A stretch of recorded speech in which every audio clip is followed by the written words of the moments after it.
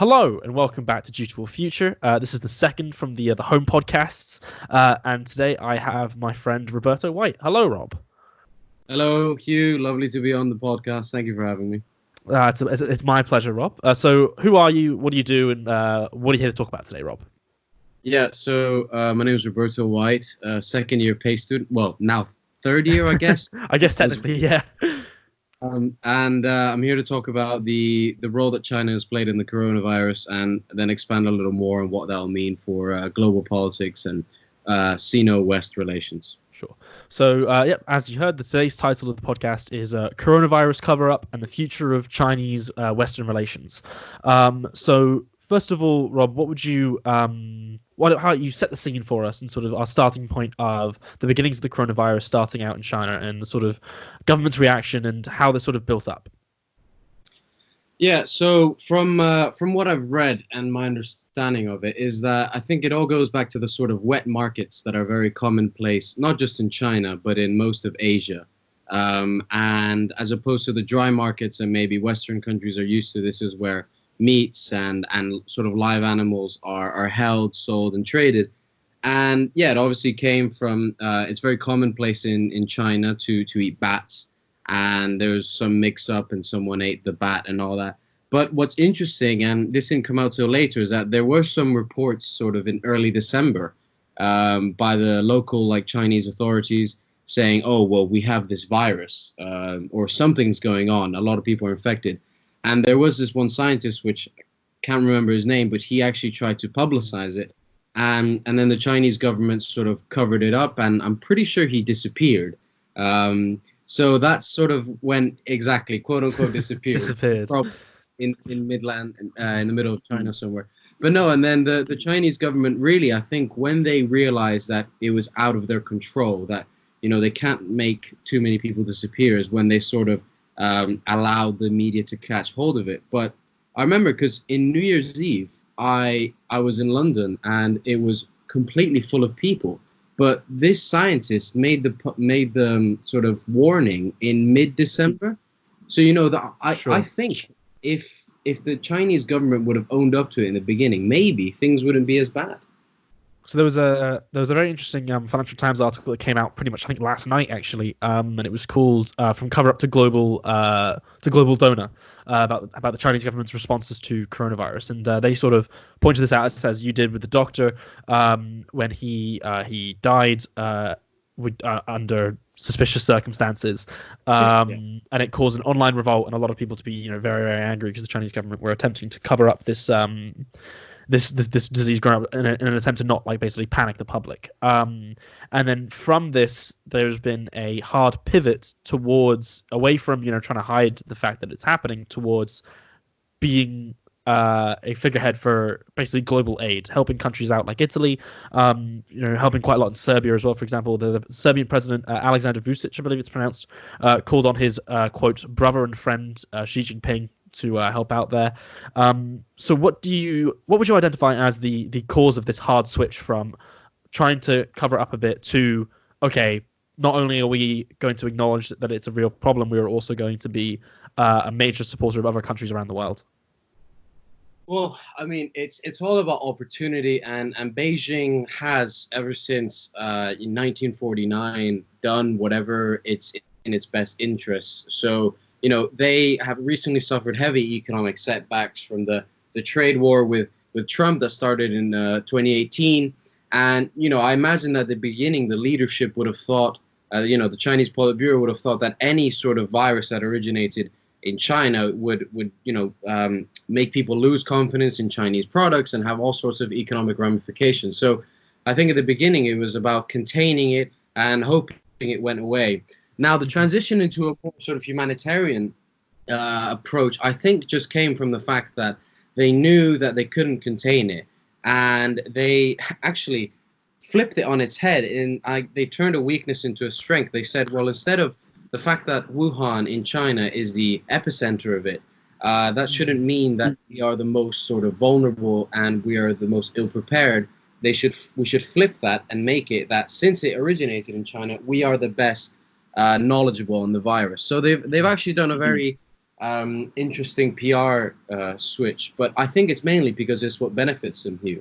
In the beginning, it was about silencing people, and now, since they can't contain it, then they have to portray themselves in the best light possible. So, my question would be: do you think that there is a potential comparison to be drawn between the Chinese government and the U.S. government's handlings of coronavirus in the early stages? I mean, so around when China was denying it, or just after, Trump described the coronavirus as a democratic hoax, in the sense that whether it would be a real problem or not. And then now that it's sort of gone beyond their control and their ability to suppress concerns about it, they've switched and are now attempting to change their rhetoric to being all about solving these big issues. So do you think there is a comparison to be drawn between these two governments' handling of it, or is there a significant difference? Well, I think that because there's two types of responses. So I think in the immediate response, the very nature of China's government means that they are able to strip their citizens of their individual rights very quickly and very effectively. So, after the reports came out, Wuhan was essentially quarantined and shut down, a city of, I think, 11 million people, which is, no easy feat in any normal circumstance. And then they built that hospital in like 4 or 5 days. Of course, the Chinese government is able to mobilize workers, very, very quickly. And that's the immediate response. And then, as I said before, the long-term response of China has sort of been adapting to what's most favorable to them. Now, the United States response is very interesting because Trump obviously called it a Democrat hoax, which, I don't see how partisanship could lead to a virus that affects everyone, but that's beyond me. But I think that, in my personal opinion, the Trump must still believe, like, I know he thinks it's real because it's hard to deny the statistics, but, I believe that the real person who's driving the change is Mike Pence, because I've been looking at the daily briefings, and Trump just says, like, we're going to test the most amount of people ever or whatever. And, he plays on his normal rhetoric. But Mike Pence, like, when he gives the briefings, he commands authority and respect. And, people may not like Mike Pence because of what he believes in, but I think that he is playing an invaluable leadership role under this. So to answer your question, essentially, I think the very nature of the politics in each country warrants a different response. And although I think the United States made a bad choice, or by the United States I mean Trump. Trump made a bad choice in labeling it a democratic hoax. I think now they've cut a lot of red tape with the FDA and all that. They've already started vaccines on humans, so I think they're doing a good job. So earlier on, you brought up the point of it being a PR victory for China at this point. There's been a lot of talk and a lot of articles around that as a point, which is that coronavirus is presenting a good PR victory for China. So do you think that this, I guess, PR in terms of helping out other countries a lot, do you see this as a purely selfish goal, whether it be to improve the economy by making people trust China, or to, embolden their ideology, or do you see this as China stepping into the boots of what America, I guess, in a sense, used to be in terms of being like world police and attempting to assist the little guy, in a sense?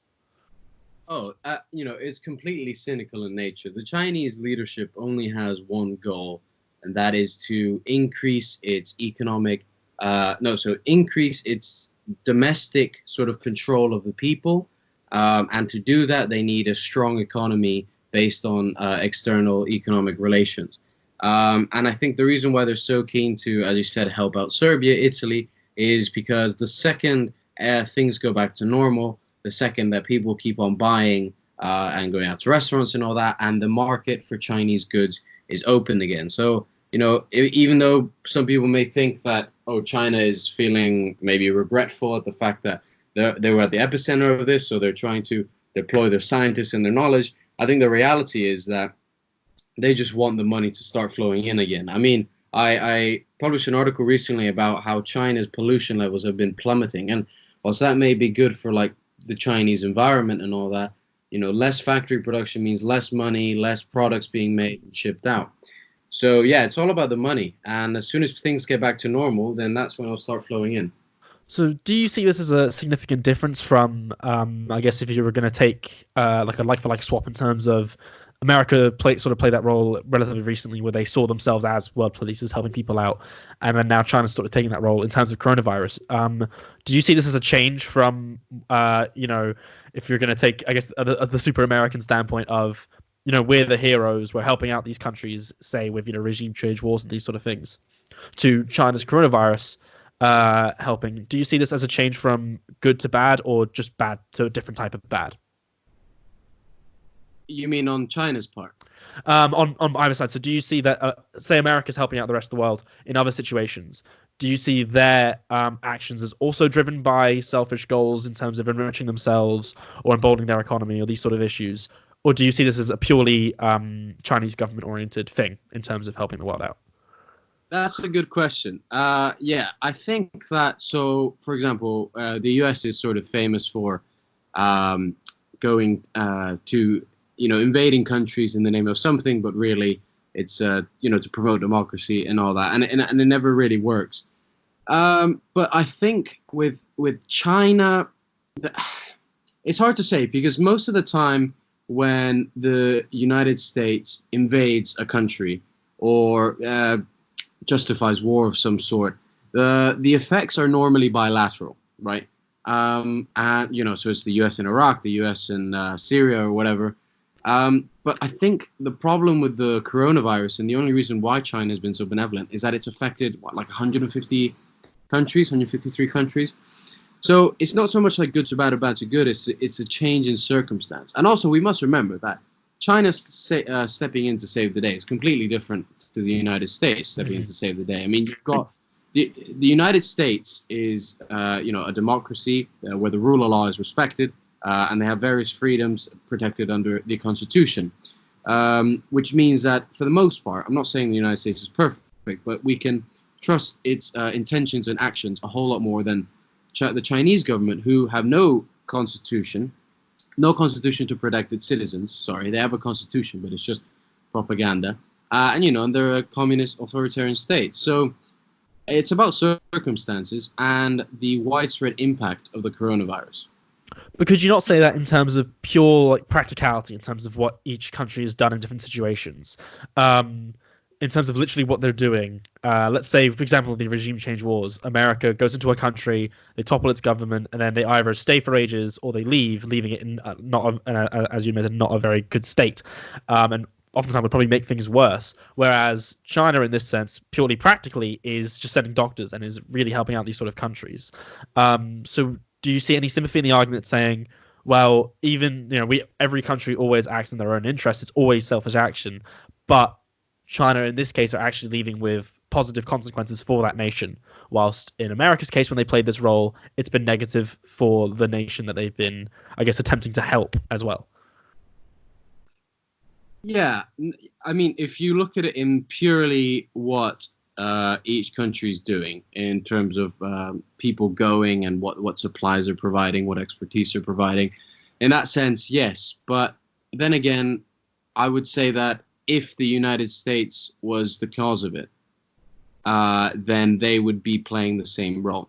Mm-hmm. But I do have to, like, for example, the fact that China could get that hospital built in 4 or 5 days, and then now it had to be closed because they don't have enough cases to treat people in, and then those scientists have gone to Italy. So I think it's good, and that in the very basic sense is helpful, more helpful than say what the US has done in Iraq and all that. But I sort of tend to resort back to the bigger ideological picture and seeing like what motivates them to do the good things. Mm-hmm. So going back to specifically the PR battle, how well or how poorly do you think Trump and his government have been playing this sort of, I guess, ideological battle, as you put it?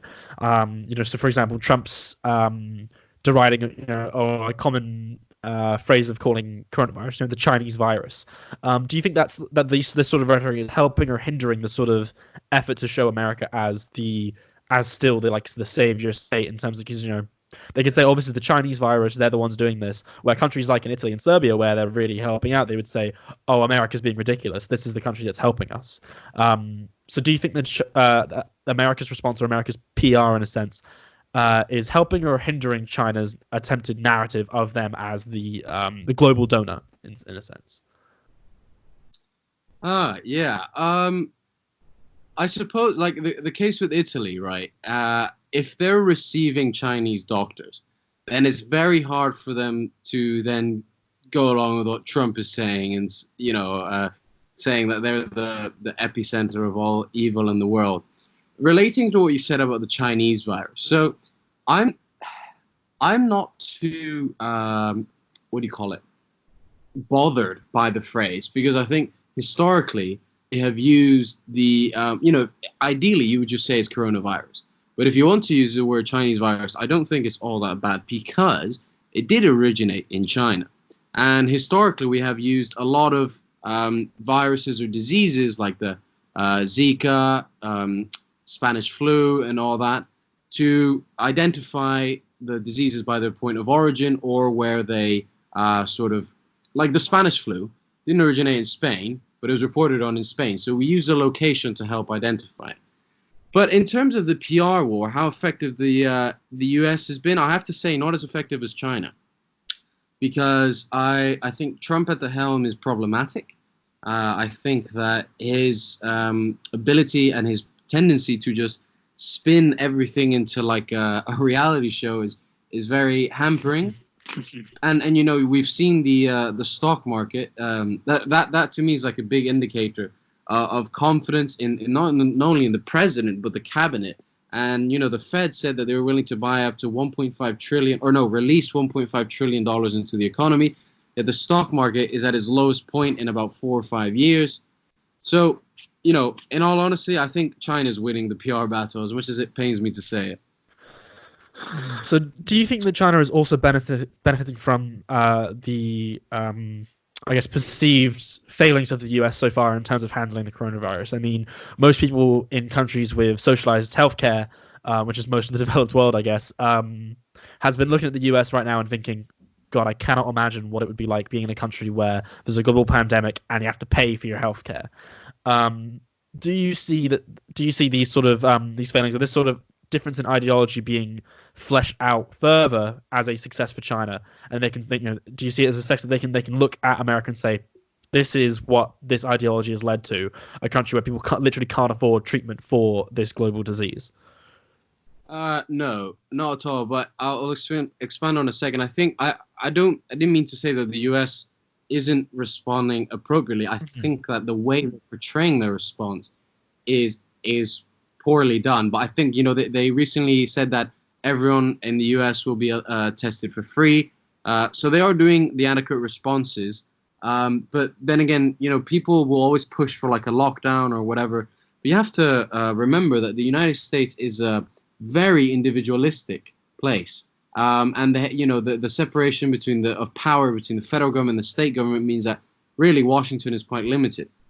With regards to the ideology and benefiting China, I don't think so at all. I think the U.S. will receive criticism because of the nature of its healthcare system, but not to the benefit of China. Because I don't know. Well, I can imagine that China in healthcare, the facilities aren't that great. That's why all the billionaires and the millionaires that live in China come to the U.S.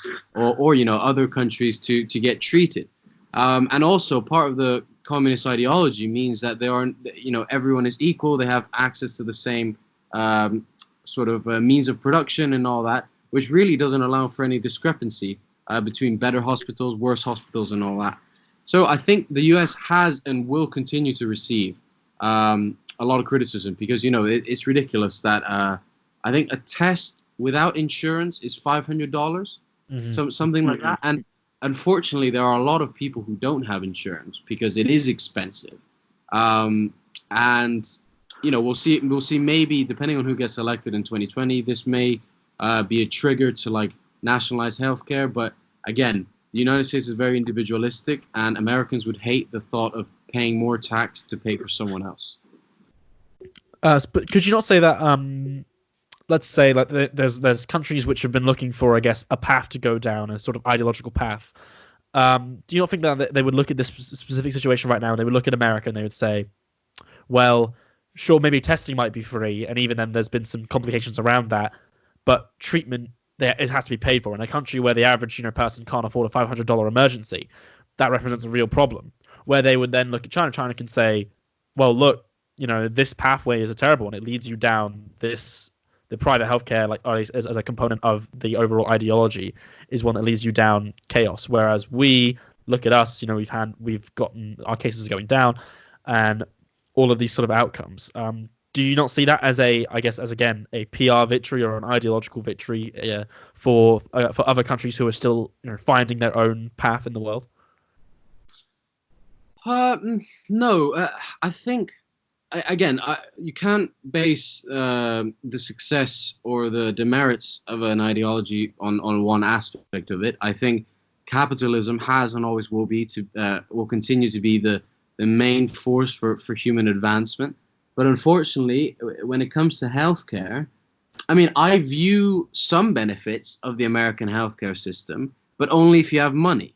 And the problem is, not everyone has money. So it's kind of like, if you're rich, God, the United States, some of the, Mayo Clinic, and the hospitals up in the New England, they are fantastic. But if you don't have the money, you can't access it, and that's where the problem is. But if you're saying that it's going to benefit China, I'd have to disagree, because China doesn't have any sort of amazing healthcare system. They have, in fact, very poor hygiene standards throughout industries, which is, hampered by the fact that they have a government that only focuses on like domination of its citizens. So, say you're some middle of the road country, you're still swinging to see whether you want to go the socialist communist route or the capitalist free market route. I would hope that you wouldn't base your sort of disposition or your undertaking of ideology on just healthcare, but maybe for the less informed and those who see it like purely on a basic matter, then yeah, you could say that the capitalist healthcare system in the United States is sort of a symptom of capitalism's failures as a whole. But it definitely wouldn't go to China, because if capitalism is bad, then communism is a lot worse. So, moving on beyond this point, so how successful do you think China has been in this PR war, as we've described it, or this sort of ideological battle so far? Because in terms of purely economically, their economy is predicted to grow in the next quarter, and there's been a relatively significant rise, considering the times right now, in foreign-owned stocks in RMB, so Chinese currency. So, in the economy and then beyond this, how successful do you think China has been in this PR war overall? Well, I would make a distinction between Chinese citizens and the top brass of the Chinese government. So the Chinese government, I think, initially it would have seemed that they weren't going to benefit, because obviously if the virus comes from China, China, they call it the factory of the world, right? Then that's going to severely hamper them. But then there was a point in time when they were seen as like the major, like very benevolent people, sending scientists and helping spread their knowledge. But I think we're sort of going down a curve now, where there's a lot of people on the right in the United States who want retribution. They want revenge for the fact that the U.S. is the coronavirus is costing the United States so much money and so much effort that China shouldn't have to pay. And it's not something that like they couldn't have contained, because as I said at the beginning of the podcast, there was evidence that there were symptoms and cases of the virus in the beginning of December, and the Chinese government shut it up. So, at the beginning it looked bad for the top brass. Then it looked good because they were sending all these scientists. But now I think it's returning to look bad. And I think, I'm sure we'll speak on this later, but I think that West-Chinese relations will never be the same. Now, in terms of like the Chinese people, I think they've lost big time. I think the perception, not just Chinese people, I think anyone who has Asian characteristics, because unfortunately, when we panic and when we're put into a situation where we're sort of made too prone to our survival instincts, we tend to make irrational judgments. And you saw at the beginning, I think it was in January or February of this year, that a lot of Vietnamese businesses, Korean businesses around the world had to put signs up saying like, we are not Chinese, so don't stop buying from us. But then apart from that, there was the numerous racial incidents, like hate crimes, I think. Yeah, hate Mm. crimes, against people who, just resemble Asian, have Asian characteristics, and then they're insulted at, they're yelled at, they're spat at, whatever, and they're Filipino or something. So I think the Chinese and the thing is, just Chinese culture and Chinese food and everything. The Chinese people, they're very, very lovely people, but humanity has a tendency to, when it's backed into a corner, they just freak out and make stupid decisions. But do you see that as a failing of, I guess, of China, or, for example, to apply it specifically to the US, where we see most of these sort of hate crimes happening? Is this not a byproduct of Trump's framing of the disease as the Chinese virus, or all of things like Kung flu? Is that not a trickle down effect where people are now starting to associate Okay. this disease specifically with a Chinese origin, and then leading to this sort of discrimination against anyone who someone considered to be even vaguely Chinese, if they would guess? Did you say Kung Flu? Yeah, that was one of Trump's jokes. He said Kung flu. Gosh, I think that was his that, joke. that man is Yeah. has no. Listen, I am a firm believer that speech does not lead to action. So if Trump said something, I don't believe that unless he's made a call to action saying, if you see a person who resembles or has Asian characteristics, beat them up. But he didn't say that, so I don't think that triggers it. Now, I think that most people, most educated people, I think could make the rational assumption that not everyone who has Asian characteristics is Chinese, and not everyone who is Chinese has come to China, specifically Wuhan, in the past 6 months or whatever. A lot of them are Chinese American who've never even been to China. So I don't think his rhetoric is aiding it. I think misinformation is, because to be honest, I don't think saying the words Chinese virus is then going to insinuate someone to spit on a Chinese person. So, moving on specifically from this to the changes in Western and Chinese relations. So, right off the bat, what would you say? How do you think the coronavirus incident is going to change Chinese Western relations? Well, it's they're going to turn for the worse. They're going to turn sour. I think that, but not too sour, because unfortunately, China is a lot like Saudi Arabia, in the sense that we share nothing in common with them in terms of values, democratic systems, economic systems, human rights, and all that. But China produces most products for American companies, and Saudi Arabia is, an oil major. So we can't deteriorate relations too far. But this is what I think will happen. First of all, there will be sort of less, what's it called? Tariffs. That's the word. There will be more tariffs on goods, which big businesses won't like in the United States, but Trump will want to what's it called? Uh, Sort of work on and implement, right? Then another region that I think, another area that will be implemented will be the South China Sea, because the South China Sea, in the same way that the Middle East is like a proxy between the United States and Russia, South China Sea is like a proxy between the United States and China. You're going to see, I think, increased U.S. presence or increased U.S. support to allies in the region to counter China, because the U.S. firmly believes, and it's a doctrine that's been around for a while, that if Southeast Asia falls to China, then the rest of the world could as well, because and that's why because there's so much the Strait of Malacca that goes through Singapore, Indonesia, and Malaysia, carries 25% of all seaborne oils. So it's a very important region. So you're going to see tariffs, you're going to see increased involvement in the South China Sea, and apart from that, there may be something to do with North Korea, because obviously the only reason North Korea eats, breathes, and lives is because of China. Essentially, there's no way they could survive under all those sanctions without outside help. So there might be a sort of shift away from the United States to China from North Korea, and I say that bearing in mind that North Korea and China are allies, but there has been a sense of rapprochement. But I believe that if things sour, then Kim Jong Un will always choose Beijing over Washington. So, I was specifically focusing on America, but let's say for the rest of the Western world, so including Europe, for example, you described that there would definitely be a souring of relations between America and China. But do you think that what this crisis will do is give China a greater, I guess, hold on certain countries in Europe, so like Serbia and like Italy, who they are helping out a great deal? Will this give them I guess, a greater playing field in Europe as an influencing force?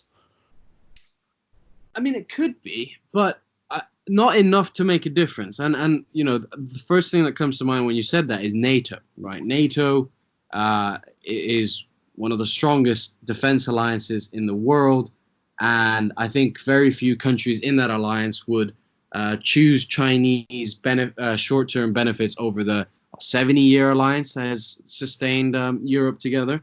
But it very well could be, because with China has launched this initiative called the Belt and Road plan that essentially wants to build ports, rails, airport, highways, and all that around the world.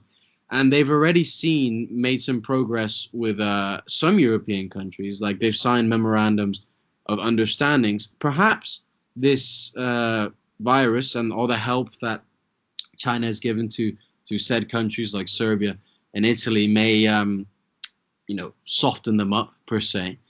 But I think that so long as the U.S. remains dedicated to protecting and being the cornerstone of NATO and holding Europe together, it's very likely that there will be a shift towards Beijing. Unlikely, sorry. But so would you not say that a country like Italy that's been hit so hard by coronavirus that after when sort of the smoke clears and people start getting outside again, they will look back at the way their country functions. They will think, well, we did this really badly.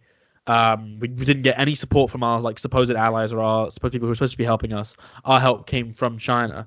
Do you not think that this would represent almost a selling or an increased popularity of authoritarian systems, because there will be people could have been so affected by this crisis they will think, you know what, this seems like the only alternative. Well, it's funny you say that, because I read in I think it was BBC article that the measures that that the Italian government implemented in Italy are unlike anything they've seen since wartime. But the polls show that the Italian people don't mind. In fact, some would support even stronger measures. But the reason why Italy has been hit so hard is not because of a lack of support, because no one is helping each other now. I mean, right now it's a free for all. Everyone invests their own medicines. Invest their time where they can, their money and all that, except China. But Italy won't fault, say, the U.S. for not helping, because none of Europe helped it. But the reason why they've been hit so hard, is because of their elderly population. In fact, the regions that are most heavily affected have the highest percentage of elderly people. So that's why they've been hit so bad. But in terms of a shift towards authoritarian governments, if we're talking about Italy precisely, I think the scar of Mussolini and Hitler, the strong alliance they had, I think there's a lot of people who still were alive during that time, even though as a baby, but they were born during that. And I think that any sort of whiff of authoritarianism is going to likely repel the government, repel the people. And also, the only reason why they're most likely not fighting back against these measures is because one could say that we are in a war against an invisible enemy, right? And so the people accept it. Humanity and humans have a tendency to, when things go wrong, they like to give up control in a bad sense, because they feel like, if the responsibility is offloaded into someone or something else, then that's better. But if we were under normal conditions and the government started restricting every aspect of our lives, I don't think that Italians or anyone would like that at all. In fact, most Chinese people don't even like it. But I think that once this coronavirus is over, or the, who knows what that even means. But when things have some semblance of normality, then I think people are going to rejoice the freedom, to go wherever they want, to not have curfews, to be able to walk outside. Things that, unfortunately, only happen in Western democracies. At the beginning of that, you described the current situation as a free for all, where every country's out for themselves. They're researching their own medicine and all of that. And my question is that do you not think that people um, could be turned away from, I guess, a capitalist system in where when a global crisis starts, every country is fending for themselves and everyone is out for themselves, except for the one, I guess you would say, pillar country which has rejected this sort of Western pushed capitalist ideology, and they are the ones that are helping people out. Do you think that this could, in theory, convince someone to think, oh, maybe this sort of free market capitalism isn't the way to go because when the chips are down, everyone ends up fighting for themselves, where the only one who isn't fighting for themselves, if you were going to take the most basic application view, and in terms of if we're assuming the PR war was won by China, that it's this country which isn't engaging in this sort of out for themselves mentality. Yeah, no, good question. I would say no for two primary reasons. The first is we've seen that the Chinese government tried to cover up the outbreak of the virus, and that is something that would not happen in a place where the press, freedom of the press exists, which is in basically most of Europe and North America. So I think if someone were to suddenly be turned or enthralled by an authoritarian regime, I would point out to them that if this virus would have originated in a country, as I said, that has freedom of the press, then it would have been released earlier. The government would have been able to take measures earlier, and it most likely wouldn't have spread as far as it did. And the second thing I would say to that is that China didn't, from the start, when they saw that the virus was spreading to other countries, they didn't deploy their scientists. They fixed the problem internally, and now they have a decrease in cases every day.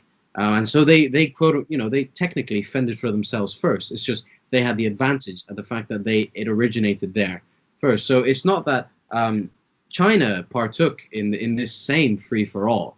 It's just they did it a lot earlier, and they now have the luxury of time, whilst most people are still trying to fend for themselves. Obviously, we would love, here in Britain to help our allies and send aid over. But what point is there's no point in that if our own country is still unsafe. So yeah, there are a few points to that, but I wouldn't use it as the sales susceptible. I wouldn't use that as the shift towards communism. Mm-hmm. So, do you see this sort of this reaction by China and then increasing relations with the rest, and I guess with the West, sorry, and the rest of the world?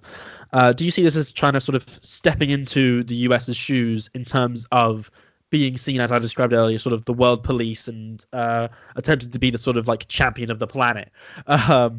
Do you see this as an attempt by China to muscle in on this territory and start challenging this sort of the American-centric dominant force of the world?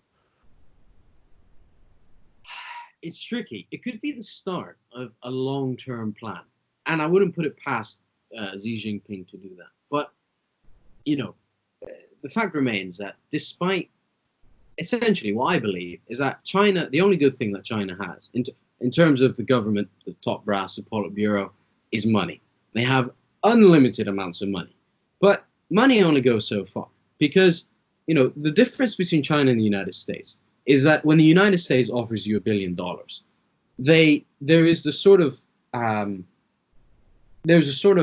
reassurance, that's the word, that the country that you're receiving this money from is good-natured. Now, you could debate about specifics of that, but on the whole, the United States is a free market capitalist democracy, and those are in my opinion, the best sort of method or formula for a nation state. But China, on the other hand, you can be assured that they're going to use that capital, that $1 billion, to manipulate you and integrate you economically, and then dominate you politically. So, but yeah, so that's their modus operandi. Now, maybe this thing with the coronavirus is a beginning of that, but they're going to have to go a long way to convince all the people that they want to flip to Beijing's side that they are not the authoritarian communist regime they say they are. And unfortunately, the only defense against that that they have is like, oh well, we're going to help you, level up your infrastructure and develop new ports, and you're going to thrive economically. But most people, I think, that aren't very poor developing countries think, well, but at what cost? What ideology is coming tied into this? And a big thing that China attaches to when it tries to give money or whatever is the non-recognition of Taiwan and its support in Xinjiang and all that. Its support for issues like domestic issues. But unfortunately, China has lost the morale in that point when it tries to convince people because of the detention of the Uyghur Muslims, right? So, sorry, I've been rambling on, but to answer It's okay, take your time.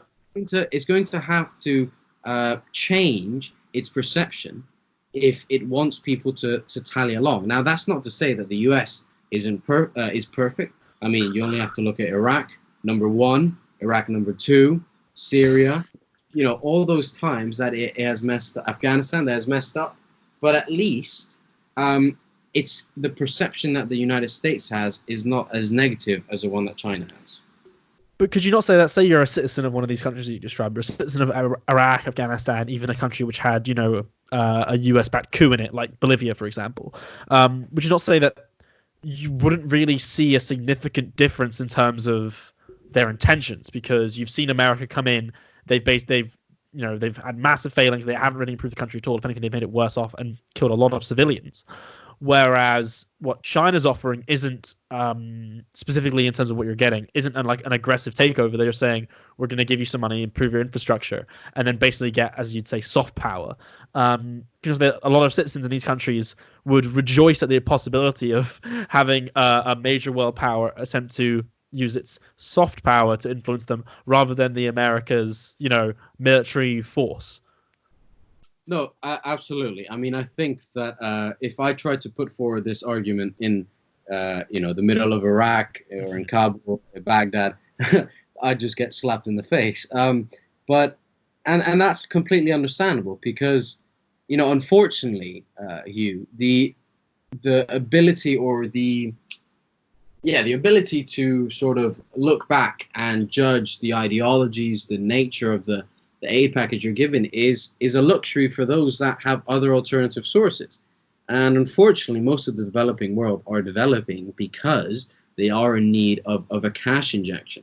So absolutely, I think that most, you go to most countries like, say Pakistan or Iraq, or even countries where the U.S. hasn't had a lot of involvement, like Botswana, let's say, or somewhere like that. I think they wouldn't hesitate at all to take the money. Because they just don't have their view is about how can I get money to lift up my country, and they don't have the privilege, I guess you could say, of saying, well, I'm not going to reject this communist money. I'm going to wait till the democratic aid package comes, because they can't. They just can't do that. So let's say that China wins this sort of PR war and they manage to muscle in on the US as one of the major global powers and start getting a lot more influence over certain countries. What would you say would be the most significant difference between the US being influential in this sense and China being influential in this sense?